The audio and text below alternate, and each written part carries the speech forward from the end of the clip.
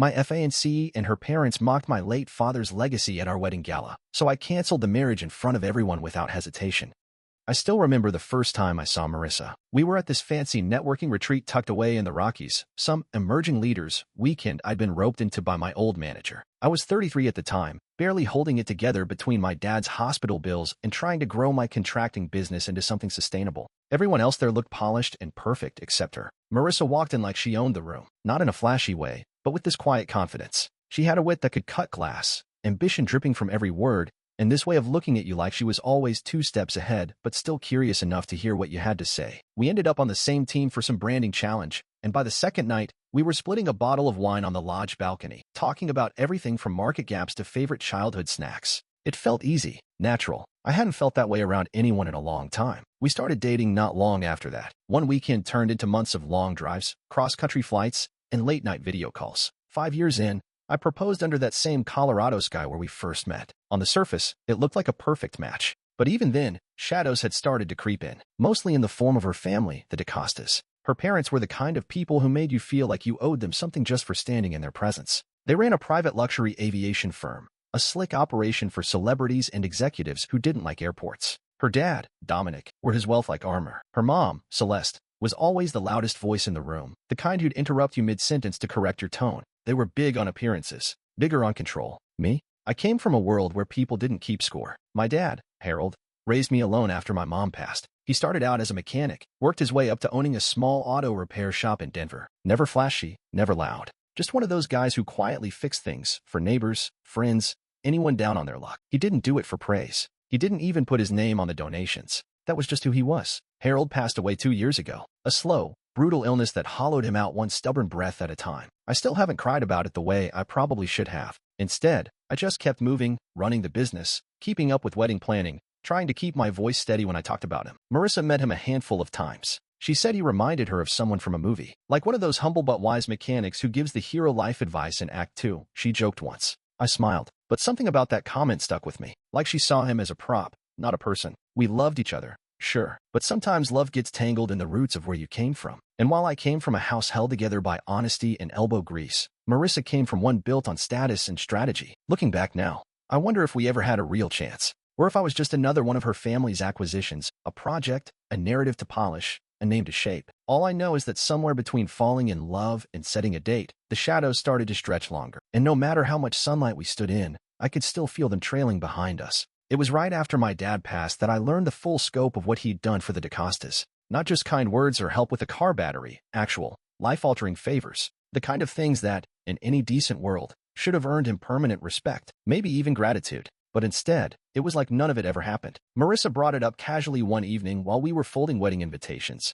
I had just mentioned how I wished Dad could see the wedding. She didn't look up when she said, "I think your dad felt better when he had someone to rescue." I stared at her, waiting for her to say she was kidding. She didn't. She licked her thumb and pressed it against an envelope flap like she hadn't just dismissed the most selfless man I've ever known. I didn't argue. Not then. But the comment burned, because the truth was, Harold didn't just rescue people for his own satisfaction. He stepped in when the DaCostas were circling the drain. 3 years ago, before the company's big expansion, they got tangled in a scandal, something about flight logs and under-the-table fuel deals. I don't know all the details because they made sure to bury it, but I do know this. If my father hadn't stepped in to float them a massive emergency loan, their fleet would have been grounded permanently. No bank would touch them. Their accounts were frozen. Clients were spooked, and they were one bad day away from losing everything. Harold took out a second mortgage on our family home to wire over the cash. He didn't do it for profit. He didn't even ask for a contract. He did it because Marissa asked him to. I remember the night she told me about it, back when we were still dating. Her voice cracked when she said, "Your dad is a good man." She hugged him the next time she saw him. And Harold?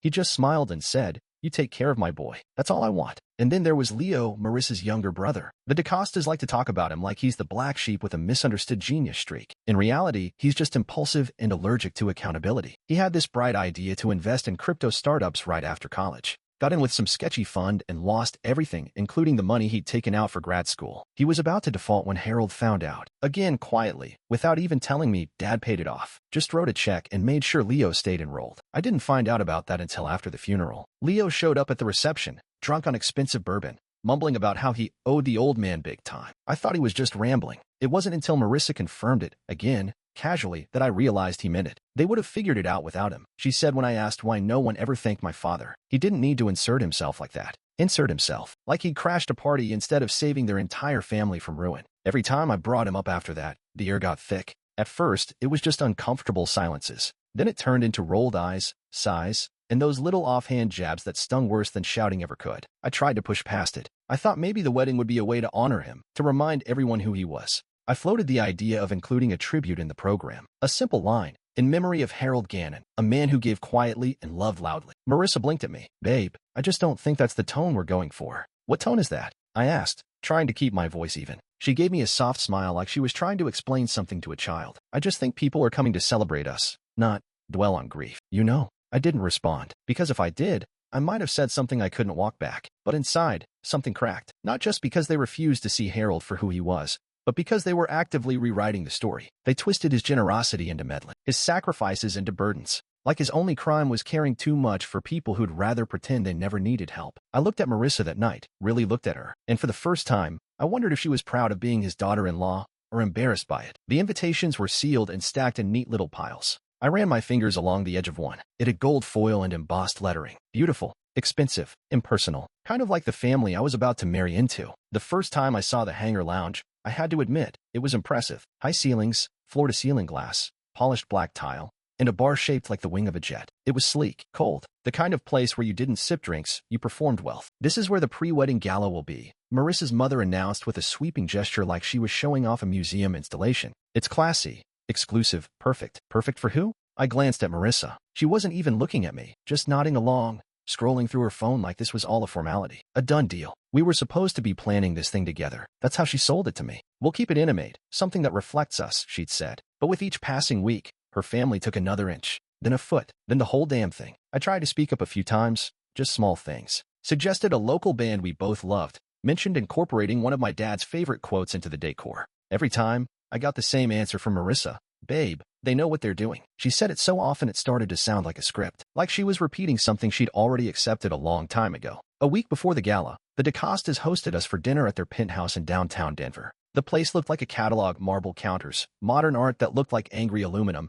and not a single surface that looked like anyone had ever actually lived there. Dinner was roasted duck with saffron risotto. They had a private chef. He didn't speak once. Marissa sat at one end of the table, phone in hand. Her dad launched into a monologue about fuel taxes and jet leasing loopholes. I tried to keep up, but my mind kept drifting to the sculpture I brought in the back of my truck. It was something my dad made years ago, an abstract piece of twisted scrap metal welded into the shape of an open hand. He never gave it a name, just told me, it's what giving looks like. It used to sit on the windowsill in his garage office. I thought it'd make a meaningful centerpiece at the gala, simple, personal, symbolic. When the conversation dipped, I brought it up. I have something I'd like to use as one of the centerpieces, I said, trying to keep my tone light. It's a metal piece my dad welded, just something handmade, something real. Thought it could balance all the glass and crystal. Celeste, the queen of the room, set down her fork with a loud clink and gave me a tight smile. This isn't a trade show, Brendan. I blinked. I'm sorry. She laughed, like she was being generous by softening the blow. We're not displaying car parts. It's an upscale gala,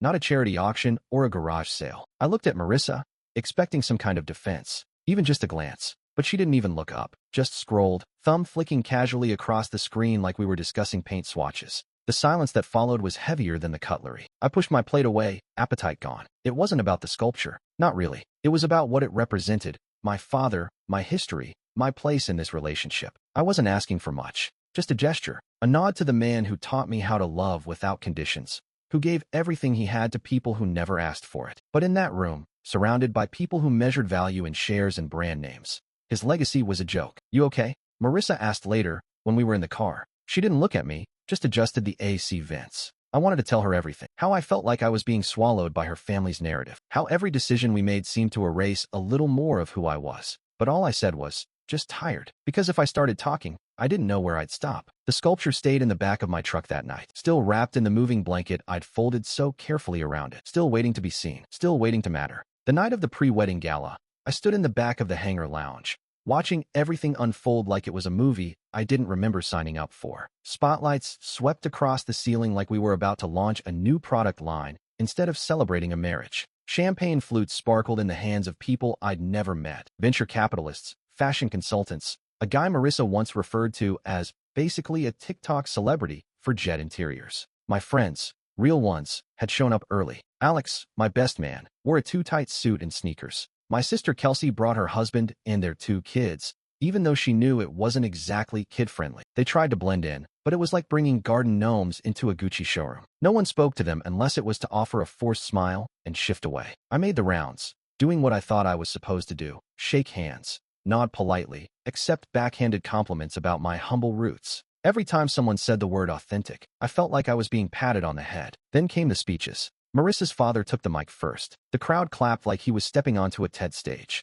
He raised his glass, all charm and tailored arrogance. "We are thrilled to welcome Brendan into our family," he began, beaming. "He is a man of modest tools." A few people chuckled. My spine stiffened, but with a sturdy spirit. He added, like that made it better: "Much like his father, Harold, God rest his soul, who always enjoyed fixing things, even when no one asked him to." Laughter, not loud, just enough. I froze. Did he just say that? And what a gift that was. Dominic continued, his smile not quite reaching his eyes. To have someone so devoted to helping, even if his timing wasn't always convenient. More chuckles. I glanced at my sister, whose face had gone pale. She gripped her wine glass like it might shatter. Then Celeste chimed in, from her table. No mic needed. Her voice cut through the room like crystal. "Harold certainly had a thing for grease and charity," she said, raising her own glass. "He gave and gave and gave. We never quite figured out why." The room shifted. A few people glanced at me. Most looked anywhere else. Marissa? She was sitting beside her mother, smiling softly. The same smile she wore when someone gave her free upgrades on a flight. Not wide,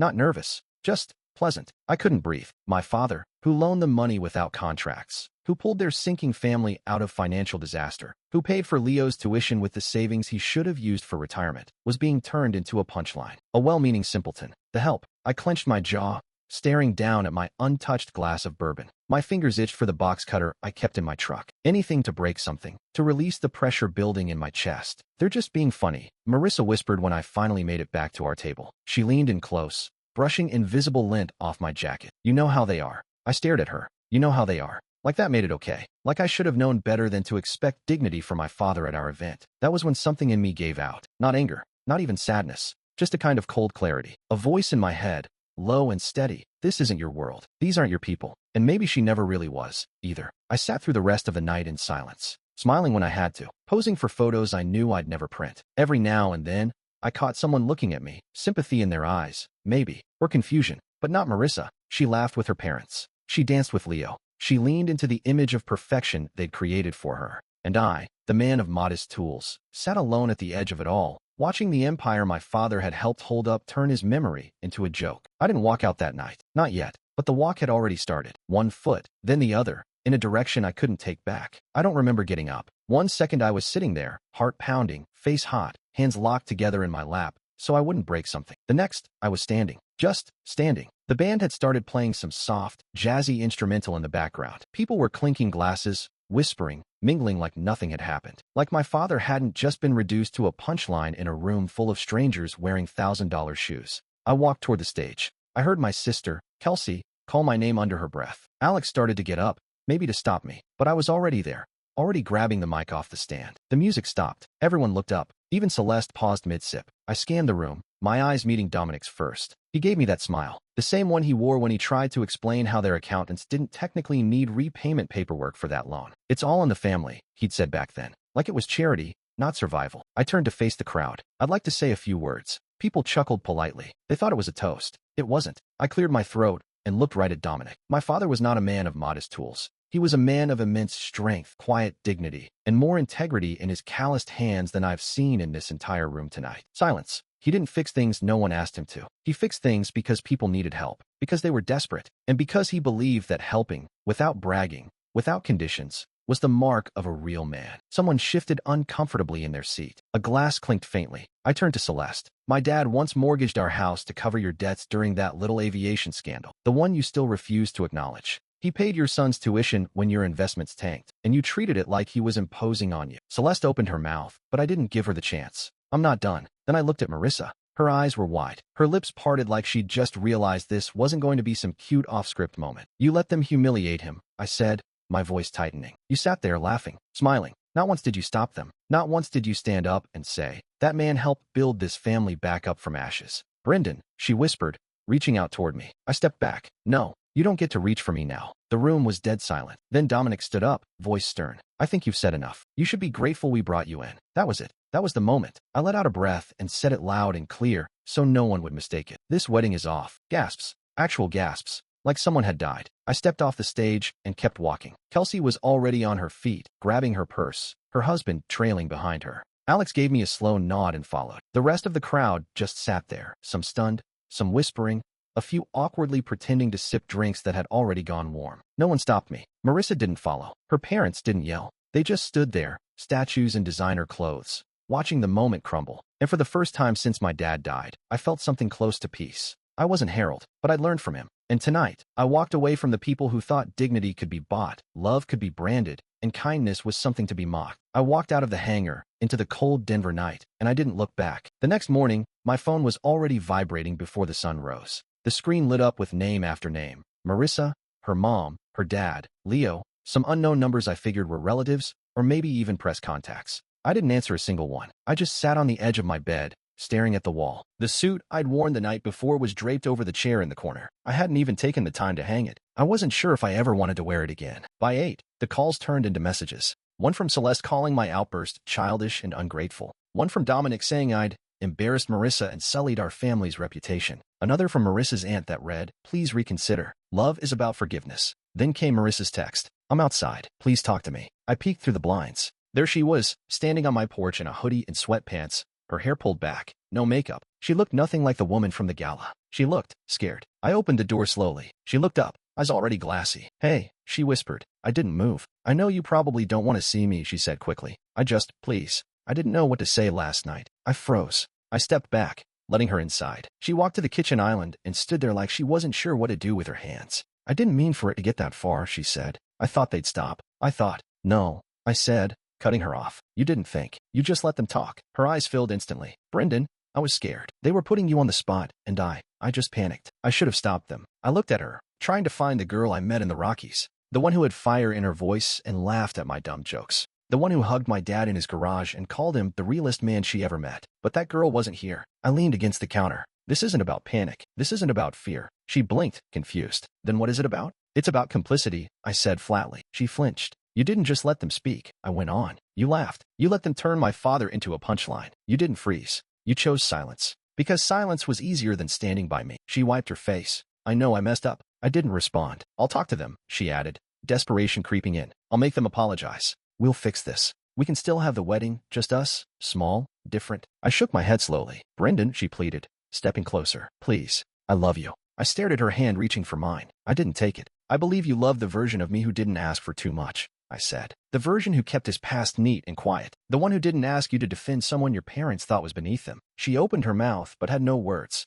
"You don't get to ignore my history and still claim my future." She looked down, her voice barely a whisper. "So that's it." I nodded. "That's it." I walked to the door and held it open. She hesitated, then walked out without another word. I closed it behind her, the latch clicking louder than I expected. Then I sat back down on the same edge of the bed I'd started my day on. And for the first time since my father died, I allowed myself to grieve not just for him, but for the version of love I thought I'd built. For the man I thought I'd marry her as. That man was gone now. So was she. It was a quiet Thursday evening when I decided to go through my dad's old toolbox. It hadn't been touched in months, not since I brought it home after clearing out the garage. I kept it under my bed, not because I needed the tools, but because everything in it still smelled like him. Motor oil, metal, sawdust, home. I sat cross-legged on the floor and pulled the box out, wiping off a thin layer of dust. The latches still clicked open the same way they had when I was a kid, sitting next to him while he explained how torque worked or why you never over-tightened a bolt. I opened the lid slowly. Everything looked exactly how I left it, except it wasn't. The little felt pouch that held my grandfather's watch, the one Dad gave me 2 weeks before he passed, was missing. At first,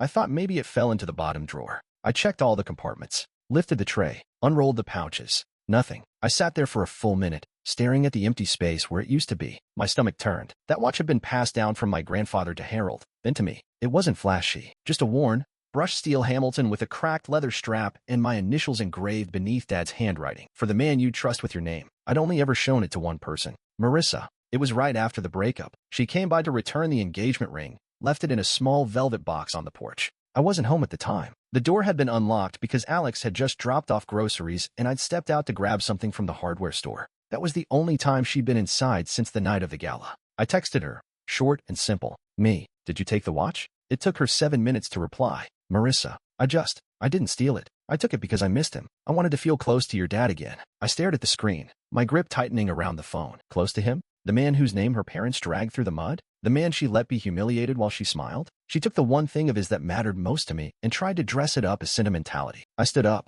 heart racing. Anger didn't even cover it. It was something deeper, something colder. It wasn't just about the watch. It was what it meant, that even after everything, she still thought she had the right to keep something sacred. I didn't text back. I didn't ask for it. I didn't argue. I just grabbed my keys, locked the toolbox back up, and walked out the door. Because some things, some lines, once crossed, can't be forgiven. And she had just crossed the last one. The DaCostas lived in a sprawling estate just outside of Boulder, all glass panels and manicured hedges. The kind of place that always looked like it was on the cover of some luxury home magazine, all while feeling like no one actually lived there. I'd been there more times than I could count over the last few years, but today felt different. Today, I wasn't arriving as the fiancé. Today, I was showing up for one reason and one reason only: to take back what was mine. I pulled into their circular driveway, the gravel crunching under my tires louder than usual. I left the engine running. I wasn't planning to stay. I knocked once, loud and firm. It was Dominic who opened the door. He was wearing a quarter-zip sweater and holding a tumbler of something expensive. His expression shifted the moment he saw me, something between surprise and disdain.